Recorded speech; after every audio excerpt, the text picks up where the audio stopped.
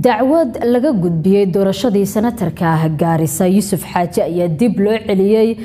kadib markii uu soo xaadiri waayay mid kamid ah dacwad ogayaasha Fuad Xaaji Cabdiwali ayaa faahfaahinaya codbixiyaal ka soo jeeda magaalada Gaarisa oo dacwad ka gudbiyay senatarka Gaarisa Yuusuf Xasan ayaa maanta la joojiyay kadib markii mid kamid ah dacwad ogayaasha uusan soo xaadirin maxkamadda dacwadda ayaa la joojiyay kadib markii uu soo xaadiri waayay Xuseen Ciise Cabdi oo isagu ahaa dacwad oogihii kiiska maxkamadda u soo qoray isagoo ay dacwadda ku wehelinayeen Cabdiqaadir Faarax Maxamed iyo Maxamed Aadan Cabdi markii uu qaadigu gacanta ku dhigay dacwadda ayaa la sheegay in mid kamid ah dacwad oogayaasha uusan goobta joogin xiriir lala sameeyana la waayay moobilkiisana uu dansanaa ilaa maalintii kiiska la xareeyay maxkamadda ayaa ku amartay dacwad oogayaasha inay la yimaadaan cadeymo rasmi ah dibna maxkamadda la isugu soo laabto kiiskan ay soo gudbiyeen dacwad oogayaasha ayaa ku andacoonaya in doorashadii senatarka Gaarisa Yuusuf Xasan oo ahaa mid musuq hareeyay dalbadana in dib loo celiyo guusha Yuusuf Xasan dibna loo tiriyo codadkii